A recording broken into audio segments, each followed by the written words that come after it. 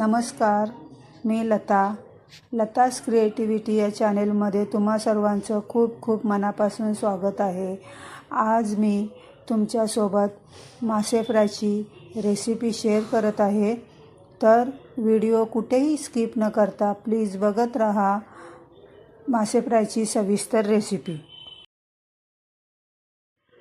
बाजारातून भरपूर मासे आणलेले, मांदेली, बोंबील, पापलेट एवढे असे घेऊन आले होते।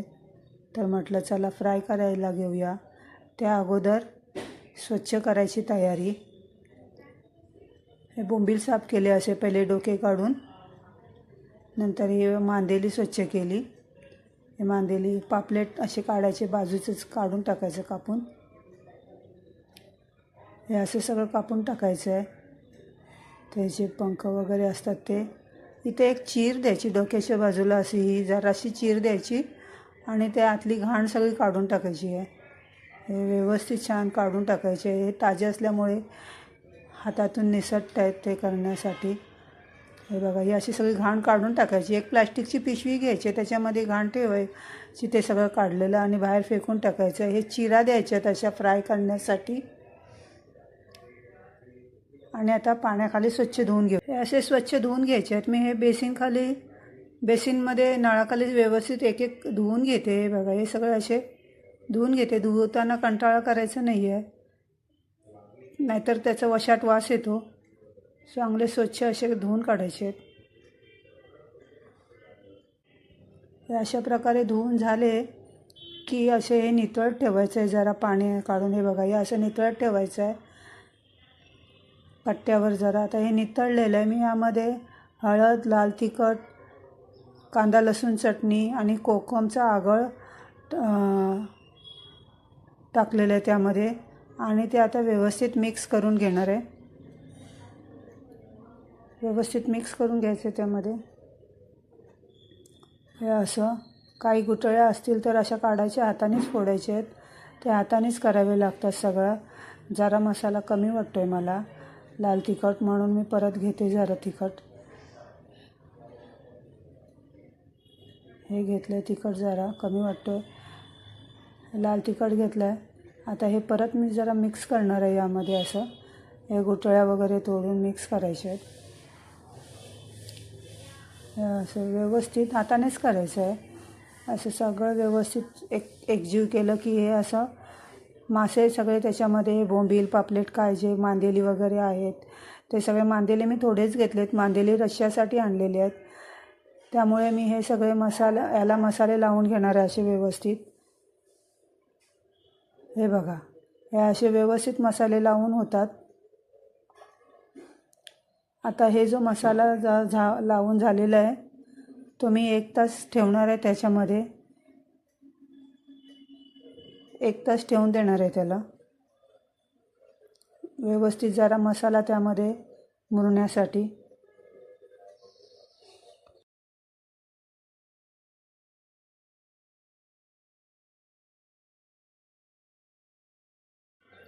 आता 1 तास झालेला आहे। मी आता एका भांड्यामध्ये, हे बघा प्लास्टिकच्या भांड्यामध्ये, तांदळाचं पीठ घेतलं आहे। हा एक मेजर, हा 1 चमचा तांदळाचं पीठ घेतलं आहे। त्यामध्ये 1 चमचा रवा घालणार आहे। 1 चमचा रवा घातला आहे।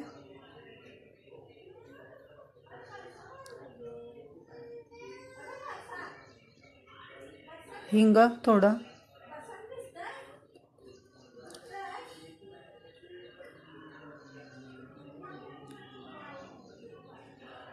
लाल तिखट जरासं चवीनुसार घालायचं आहे।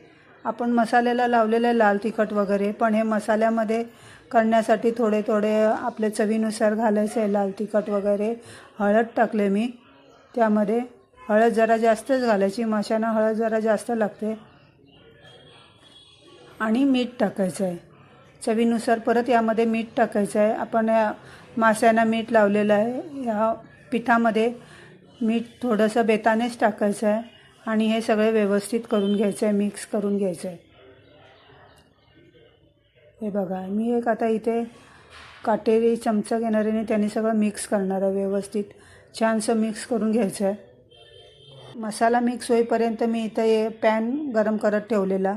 त्या मसाल्यामध्ये असं कालवायचे ते बोंबील. आणि हे बघा, हे पॅनमध्ये असं थोड्याशा तेलावर शॅलो फ्राय करतो आहे आपण, म्हणून जास्त तेल नाही करायचं आहे. तेलाचा वापर जास्त नाही करायचा आहे. तुम्ही बघू शकता यामध्ये तेल जास्त दिसत नाही आहे.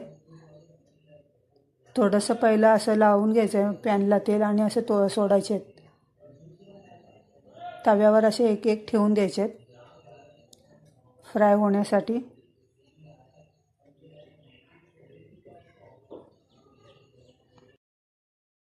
मी एका वेळी 7-8 असे जेवढे तव्यात पॅनवर बसतील तेवढेच ठेवणार आहे. नंतरच्या बॅचला करा.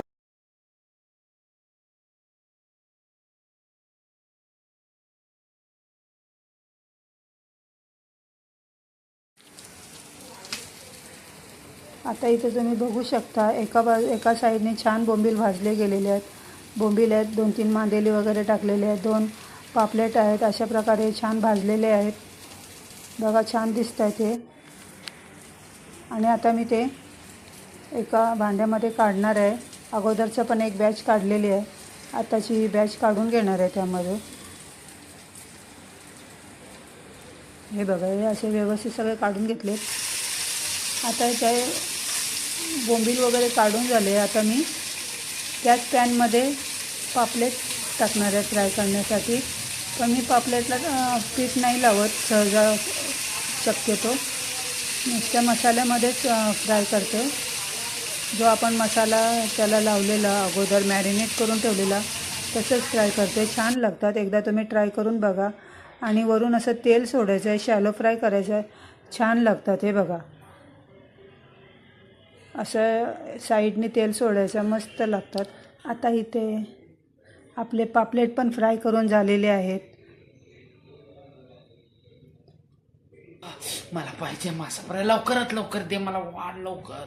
जेवायला आधी तोंडाला पाणी सुटले, ते दे मला लवकर दे. बघितलं तर आता इथे माझे मासे फ्राय करून संपलेले आहेत. तुम्हाला कशी वाटली रेसिपी माझी मासे फ्रायची ती कमेंट करून नक्की सांगा. रेसिपी आवडल्यावर चॅनेलला लाईक सबस्क्राईब नक्की करा. आता मला हे बघून खूप भूक लागलेली आहे. मी जाते जेवायला. तोपर्यंत असेच राहा, मस्त मजेत राहा, छान चमचमीत खात राहा, माझ्या रेसिपी बघत राहा. वाव, इथे मांदेलीचा रस्सा पण तयार आहे. आता नक्कीच खूप भूक लागलेली आहे. चला, टाटा, बाय बाय.